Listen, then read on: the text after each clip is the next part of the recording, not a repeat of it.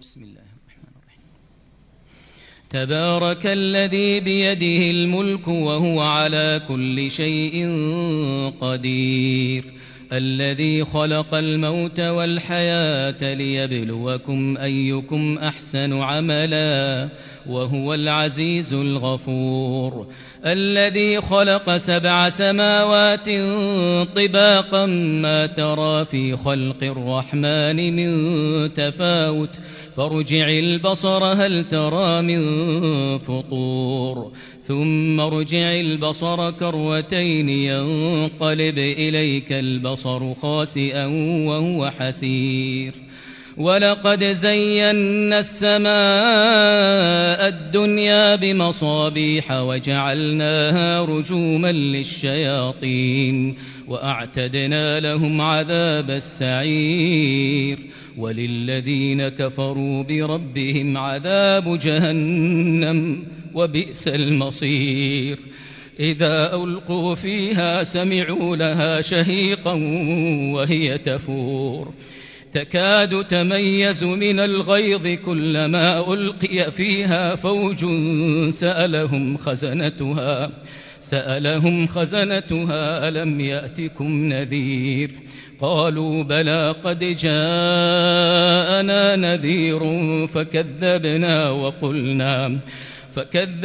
وقلنا ما نزل الله من شيء إن أنتم إلا في ضلال كبير، وقالوا لو كنا نسمع أو نعقل ما كنا في أصحاب السعير، فاعترفوا بذنبهم فسحقا لأصحاب السعير. إن الذين يخشون ربهم بالغيب لهم مغفرة وأجر كبير، وأسروا قولكم أو اجهروا به إنه عليم بذات الصدور، ألا يعلم من خلق وهو اللطيف الخبير. هو الذي جعل لكم الأرض ذلولا فامشوا في مناكبها وكلوا من رزقه وإليه النشور.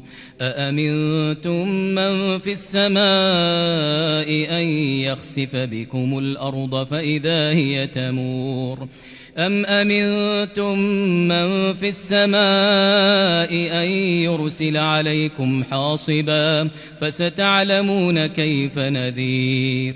ولقد كذب الذين من قبلهم فكيف كان نكير.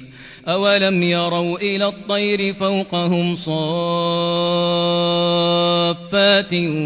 ويقبضن ما يمسكهن إلا الرحمن إنه بكل شيء بصير.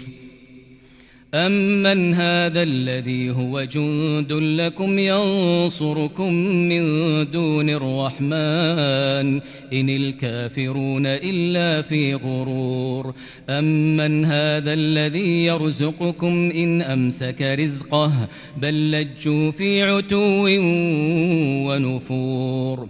أفمن يمشي مكبا على وجهه أهدى أمن يمشي سويا على صراط مستقيم. قل هو الذي أنشأكم وجعل لكم السمع والأبصار والأفئدة قليلا ما تشكرون. قل هو الذي ذرأكم في الأرض وإليه تحشرون. ويقولون متى هذا الوعد إن كنتم صادقين. قل إنما العلم عند الله وإنما أنا نذير مبين. فلما رأوه زلفة سيئت وجوه الذين كفروا وقيل هذا الذي كنتم به تدعون.